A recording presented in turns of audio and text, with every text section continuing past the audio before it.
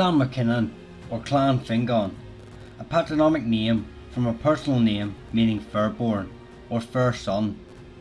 Fingon was a common name in Ireland and Scotland in the early medieval period. This would no doubt produce multiple Mackinnon branches or unrelated families.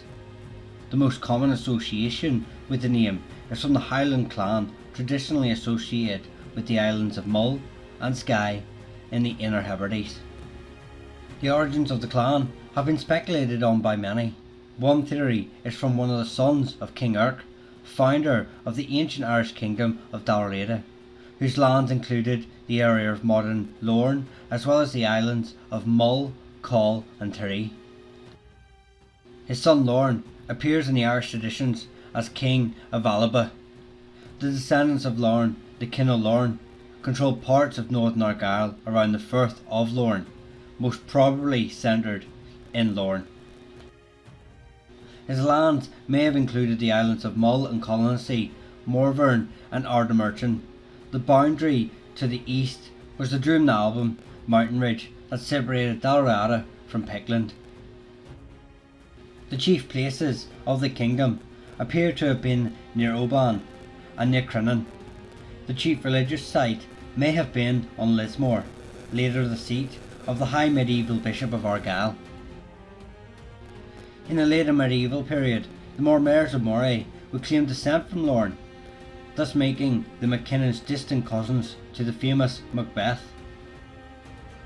A branch of Mackinnons on the Aran Islands could descend from Ealaghoil, which the Call Peninsula is named after them. They were related to the Kin of Lorne from another son of Earc. Dorgat mac Fingon, a member of this family, is said to have helped Gaelicize Scotland as he married a Pictish princess, and through this marriage their sons were able to inherit the Pictish kingdoms through the Picts' maternal inheritance laws. The other origin theory for the Clan Mackinnon is that they belong to the kindred of St Columba, noting that the Mackinnon arms bore the hand of the saint holding the cross, although this emblem may be a later addition to the clan arms, which has earlier imagery including a unicorn atop an otter and another instance of a griffin. The fact that several Mackinnon were abbots of Iona would add credibility to this link. Columba was from the Kin O'Connell from Donegal. This would make the Mackinnons related to the O'Donnells and possibly the McGinleys. Clan Robinson also has an oral tradition stating their descent from Columba. Several Mackinnons were Benedictine abbots of Iona, who were leaders of the Benedictine monastic community on the island of Iona. John Mackinnon, son of Lachlan Mackinnon, was the last Benedictine abbot of Iona. His tomb lies in Iona to this day, along with the shaft of a cross known today as Mackinnon's Cross. The clan's own oral tradition states they are from the 7 clans of Saul Alpin, who could trace their ancestry back to Alpin, father of Kenneth MacAlpin. Kenneth MacAlpin was claimed to be the first king of Scotland. There is a speculation on the origins of Kenneth. The most common theory is he was a Gael, but some claim he was a Pictish king. Clan Mackinnon's slogan in English is "Remember the death of Alpin." This goes back to the 15th or 16th century, supporting the Mackinnons have held the belief of their kinship to Alpin for many centuries. Much of the clan's early history is unknown, but we do know what was happening in the areas they lived. Viking invaders are recorded in Skye as early as 794, and over the following centuries, with records showing Iona was sacked 4 times between 795 and 826. The Mackinnons are said to have fought back, winning a decisive victory against the Northmen on the eastern slopes of Ben Carlia in Skye. By 875, Norse settlers began arriving and settling the Isles, dividing territory such as Tiree, Coll and Mull into ounce lands and penny lands. Although they seem to be settling in far smaller numbers than we would see in places such as Orkney. The Isles would remain relatively decentralised from any outside influence, from the Irish or Norse, with semi-autonomous rulers ruling over individual islands sometimes paying tribute to the Orkney Earls.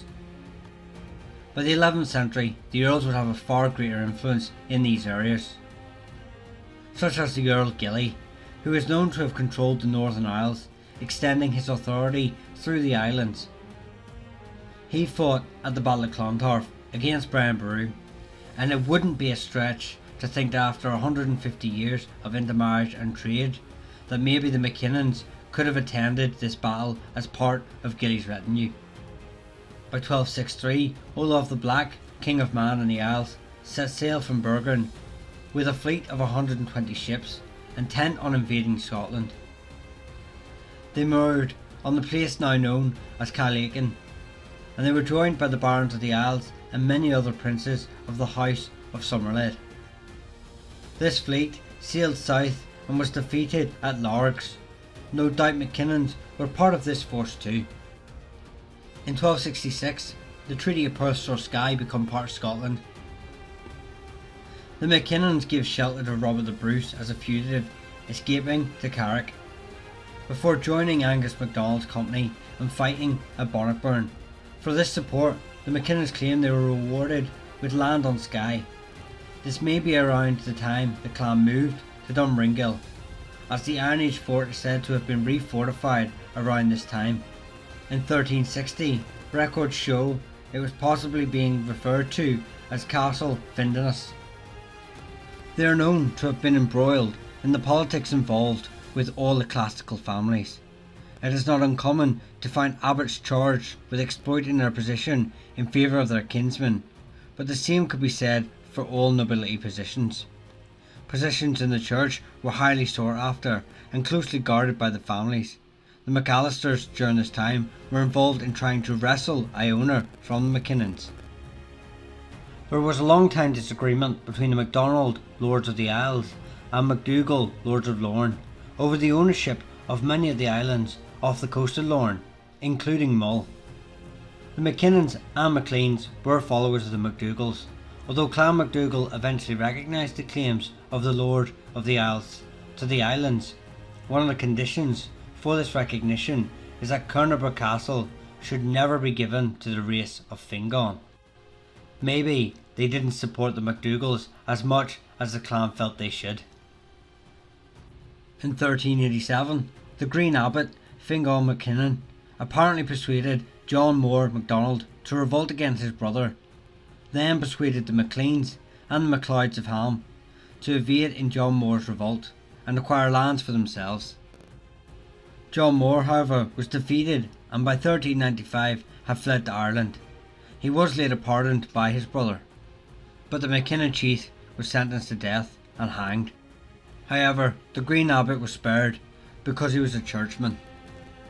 In 1405, Donald, Lord of the Isles, signed an alliance with Henry IV of England, which was renewed in 1408.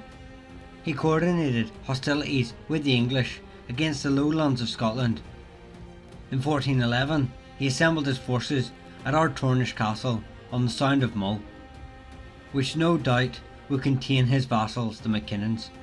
He then went on to invade Ross, before winning at the Battle of Dingwall and capturing Dingwall Castle. After he reassembled his army at Inverness, he swept through to Moray before meeting the Stuart forces at the Battle of Harlow. The clan received Mishnish and Strathordal in Skye in exchange for the older Mackinnon lands of Gribben and some of the lands that they had taken from the church sometime after 1437. After receiving this charter from the Lord of the Isles, they would build a castle on top of the old ring fort of Dunara. The last reference we have of occupation by the chiefs is in the mid-1600s. They would also receive a part of the island of Scalpa from Maclean of Duart in exchange for some lands in Mull. The clan held a position on the Council of the Isles and in the MacDonald's Banqueting Hall in the 15th century, but it was more to do with the antiquity of the clan's lineage than as a reflection of the clan's power. After the forfeiture of the Lordship of the Isles in 1493, it became necessary for the smaller clans, as a matter of self-protection, to join the more powerful clans. After the rise of the Macleans, the Mackinnons were entirely dependent on the Lords of the Isles for their continuing position. This meant that the Mackinnons often would find themselves both allied with and against the Macleans and MacDonalds. Ewan was chief of Clan Fingon in 1531 and is described as Ewan Roy of the battles. In 1539 he assisted Donald Gorm of Sleat in his attack at Elgol Castle. The Mackinnons also fought for the Macleans against the MacDonalds at the Battle of Benbigre in 1598. During the War of the Three Kingdoms, the chief of the Clan Mackinnon, Lachlan Mackinnon, raised a regiment in aid of Charles II, and although they were not present at the Battle of Inverkeithing, they were present at the Battle of Worcester. The Mackinnons would also join in the Jacobite cause and fought on behalf of the Stuarts at the Battle of Sheriffmuir in 1715. The clan also rose to the Jacobite cause in 1745. They would be placed within the Earl of Cromarty's regiment. Most of the Mackinnons would miss the famous Battle of Culloden in 1746 as they were fighting in the north of Scotland. Much of the clan lands were eventually sold due to debt on the estates, and many Mackinnons would eventually leave Scotland.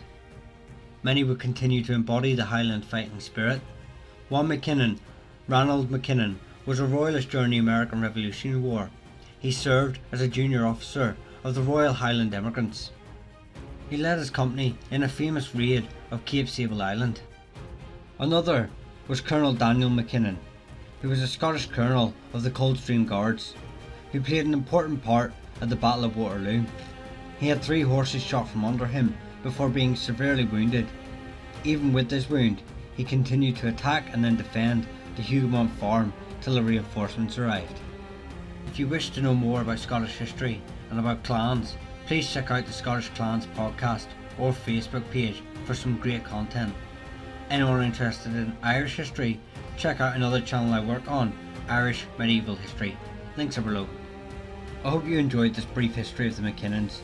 I intend to cover more family history, so please like and subscribe. If you would like to support the channel further, please check out the merch store or Patreon links below. Thank you.